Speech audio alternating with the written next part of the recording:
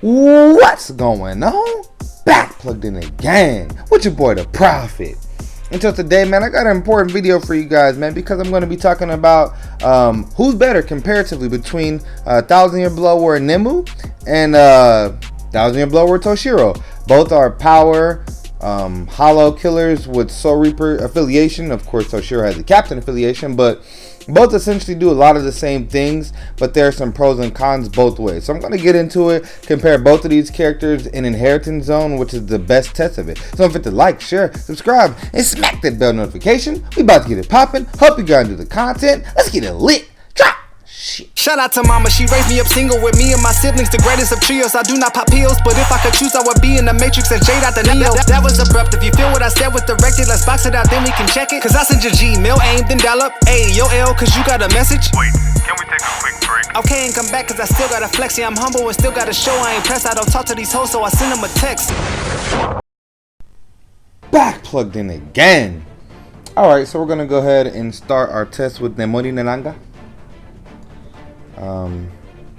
So the main key that this character has as far as pros is that she has a 20% berserker, and honestly if it was and she also has havoc, so she has 20% additional strong attack radius, she has 20% additional strong attack damage, and then she has one additional flash step and a revive mechanic. So those are really the things for her that really put her on another level as far as power around card killers, because we've gotten so many hollow killers, excuse me.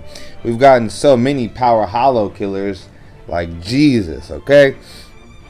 But yeah, man, we're gonna go ahead and get into it. Now mind you guys, I'm going to be doing two separate builds because this is already a problem, in which I figured. I'm going to call this one the quote-unquote sloppy run, okay? I'm going to call it a sloppy run because those enemies that are under the ground, they actually inhibit you from seeing the pure damage of the character's kit. Like right there, the biggest difference between these two characters is Nemu's second strong attack, where Toshiro has an amazing radius around him, behind him, and in front of him. Her second strong attack, it literally only goes in front. So like these underground enemies are really costing us a lot of time as far as the overall clear time, because you see now like that, if Toshiro would have used his second strong attack there, those enemies right there would have died. Now mind you, there's still some enemies underneath. Damn, goodness, man. Yeah, like those mobs, like whenever your strong attacks don't clear the wave, then you're gonna either have to like flash step around or avoid them, or use your normal attack. Which normal attack, there's nothing wrong with using your normal attack, but you really just want your strong attacks to lay out every single enemy in the way. You don't want to be using normal attack to like chase enemies around. And I'm not going to be using my soul bomb because my Toshiro has a 4 or 5 soul bomb, in which that would give him an unfair advantage. So we're just going to go ahead and take a look here.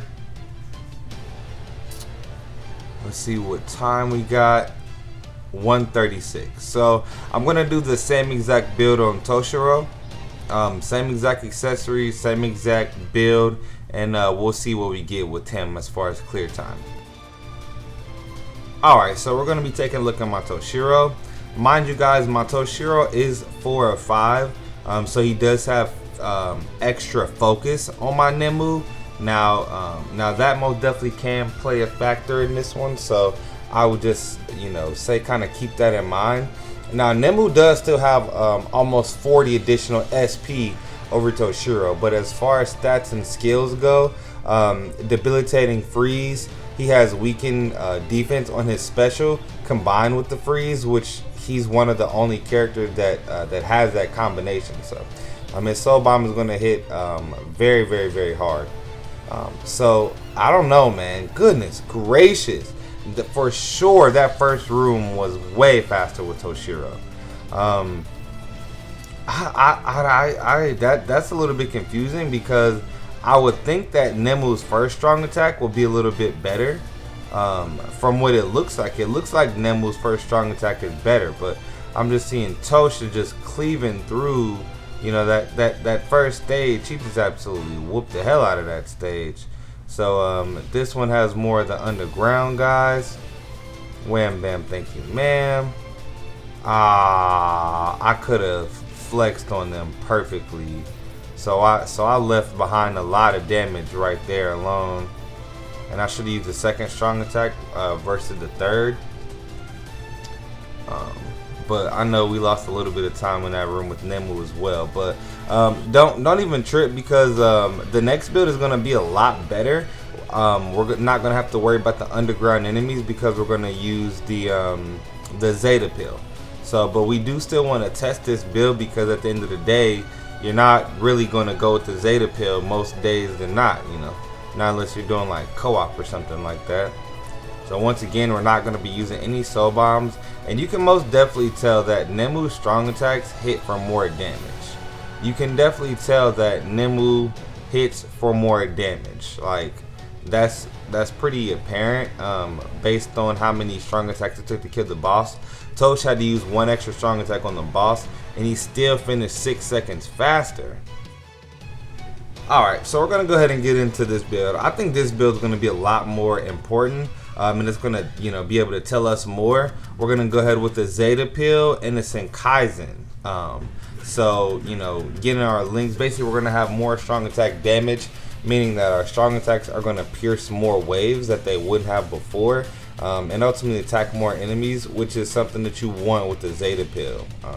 If, you know, going ahead and doing this how it was last time with the Senkaizen build, these underground enemies, you'd be losing so much time. Now look at that. Drop the first.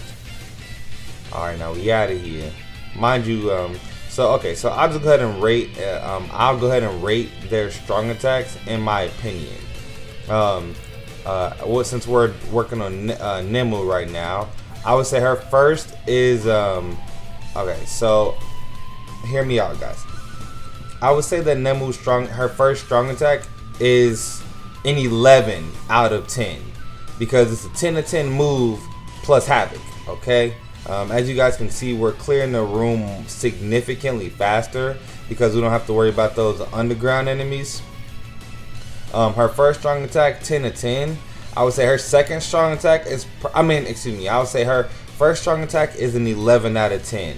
I would say her second strong attack is like an 8 out of 10.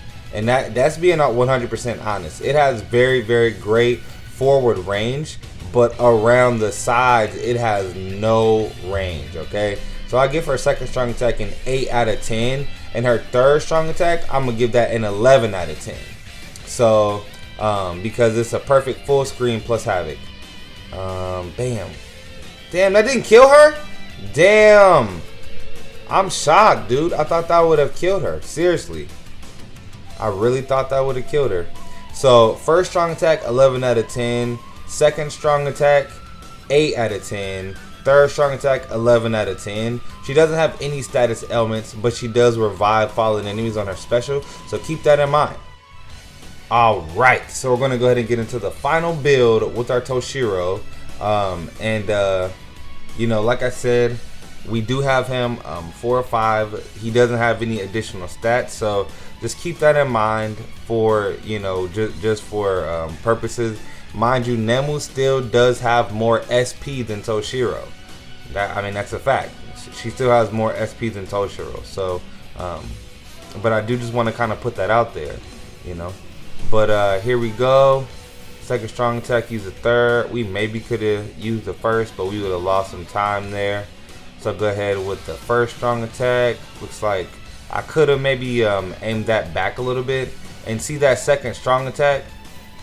Perfect, absolutely perfect. Now we wanna use the first on this dude. Hit him with the normal attack. Damn it, I thought he was the last, or else I would have used my third.